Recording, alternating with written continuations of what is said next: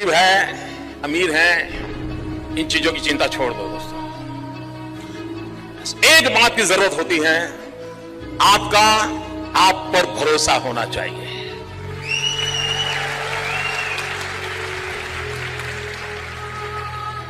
मित्रों, मेरे परिवार में 7 पीढ़ी में राजनीति का रवि मालूम नहीं है। मेरे परिवार में कोई राजनीति क्या होती कुछ पता नहीं मेरे परिवार में। और मेरा बैकग्राउंड भी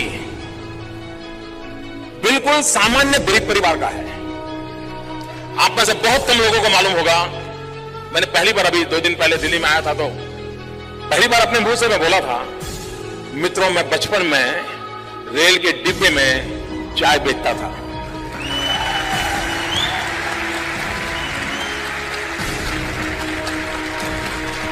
और आज आपके सामने खड़ा हूं।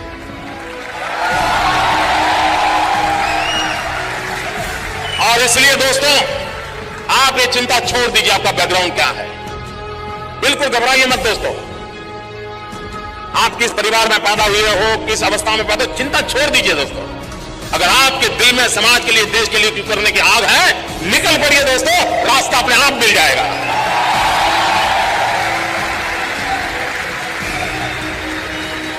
लेकिन मित्रों, लेना पाना बनना, ये ख्वाब लेके चलोगे तो ख्वाब ही रह जाएगा। लेकिन देने के मिजाज से निकलोगे तो दुनिया आपके चरण चूमने लग जाएगी। ये मैं आपको विश्वास देता हूं। कुछ लोगों को यही डर लगता है, यार फेल जाऊं तो, मैं करूं तो फेल जाऊं तो। दुनिया में कोई इंसान देखा है आपने जो फेलियर हुए बिना सक्सेस हुआ हो? कभी कभी तो सक्सेस का रास्ता ही फेलियर बनाती है, और इसलिए फेलियर से घबराना ये जिंदगी नहीं होती दोस्तों। जो किनारे पर खड़ा है वो डूबता नहीं दोस्तों। जो पानी में छलांग लगाता है वो डूबता भी है, और डूबते हुए तैरना भी सीख भी लेता है जी। किनारे पर खड़े रह करके लहरें गिनते हुए जिंदगी पूरी कर देता है जी।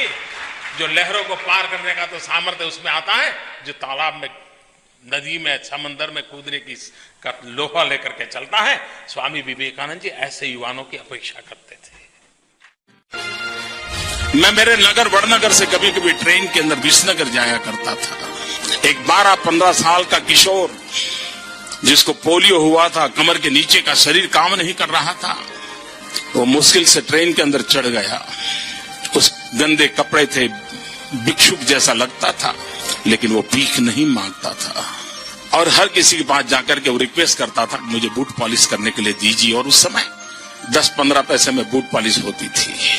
और लोग कभी दया भाव के कारण, कभी करुणा के भाव के कारण उससे अपना जूतों की पॉलिश करवाते होंगे।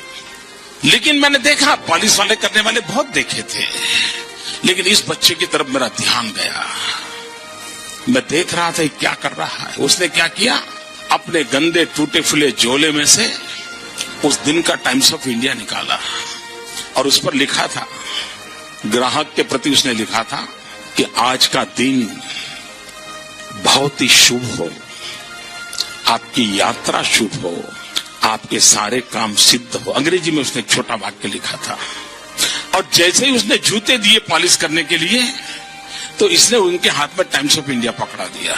उस ग्राहक को भी लगा कि 10 पैसे में पॉलिश हो रही है और 1 रुपये का अखबार पढ़ने को मिल जाता है।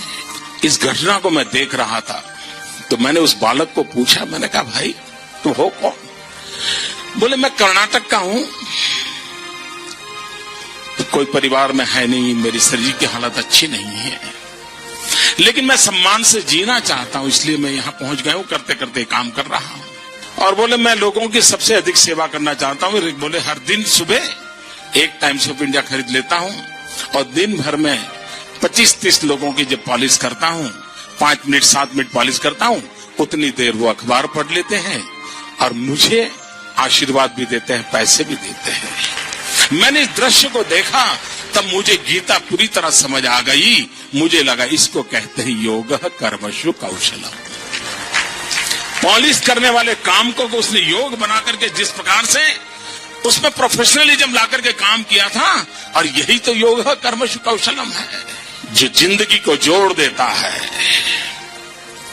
कार्य में जीवन को झोंक देता है, वो यौगिक अवस्था को प्राप्त करके जीवन में एक अद्भुत अनुभूति का एहसास करता है।